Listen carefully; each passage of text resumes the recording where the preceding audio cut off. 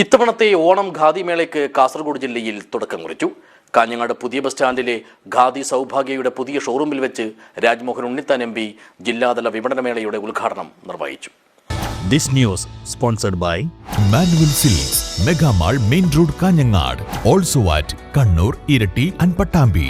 എനിക്കും വേണം ഖാദി എന്ന സന്ദേശത്തോടെ ആധുനിക കാലഘട്ടത്തിന് അനുയോജ്യമായ വിവിധ വസ്ത്രങ്ങൾ, തുണിത്തരങ്ങൾ, മെത്തകൾ എന്നിവ 30% റിബേറ്റോടുകൂടിയാണ് ഇത്തവണത്തെ ഓണം ഖാദി മേളയിലൂടെ വിൽപ്പന നടത്തുന്നത്. ഇതോടൊപ്പം കാർ, സ്കൂട്ടി തുടങ്ങിയ നിരവധി സമ്മാനങ്ങളും ഉപഭോക്താക്കളെ കാത്തിരിക്കുന്നുണ്ട്. കാഞ്ഞങ്ങാട് ആലാമിപ്പള്ളി പുതിയ ബസ് സ്റ്റാൻഡിലെ നവീകരിച്ച ഖാദി സൗഭാഗ്യ ഷോറൂമിൽ വെച്ച് രാജ്മോഹൻ ഉണ്ണിത്താൻ MP ഈ വർഷത്തെ ഓണം ഖാദി മേളയുടെ ഉദ്ഘാടനം നിർവഹിച്ചു.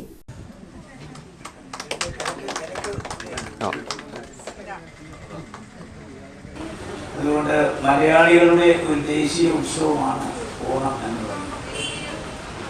ഇനി വളരെ പരിമിതമായ ദിവസങ്ങൾ മാത്രമേ ഓണത്തിനുള്ളൂ.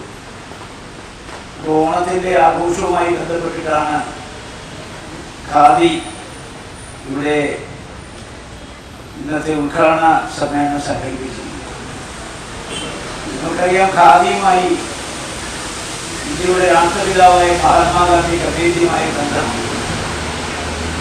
1915 ജനുവരി മാസം 9-ാം തീയതിയാണ് മഹാത്മാഗാന്ധി എന്നേക്കുമായി വിദേശവാസം അവസാനിപ്പിച്ച് ദക്ഷിണാഫ്രിക്കയിൽ നിന്ന് അദ്ദേഹം മടങ്ങി ഇന്ത്യയിലേക്ക് വന്നത്. ഇവിടെ വന്നതിന് ശേഷം അദ്ദേഹത്തിൻ്റെ രാഷ്ട്രീയ ഗുരുവായ ഗോപാലകൃഷ്ണ ഗോഖലെ അദ്ദേഹം പോയി കണ്ടു. അദ്ദേഹമാണ് പറഞ്ഞത്, അങ്ങ് ഇന്ത്യൻ ദേശീയ സ്വാതന്ത്ര്യ സമരത്തിൻ്റെ നേതൃത്വം ഏറ്റെടുക്കും. ചടങ്ങിൽ മണ്ഡലം MLA അഡ്വക്കേറ്റ് ഗോവിന്ദൻ പള്ളിക്കാപ്പിൽ അധ്യക്ഷനായി. സാമൂഹ്യ പ്രവർത്തകരായ M. ശ്രീകണ്ഠൻ നായർ, MK വിനോദ് കുമാർ എന്നിവർക്ക് നൽകിക്കൊണ്ട് നഗരസഭാ ചെയർമാൻ VV രമേശൻ ആദ്യ വിൽപ്പന നടത്തി.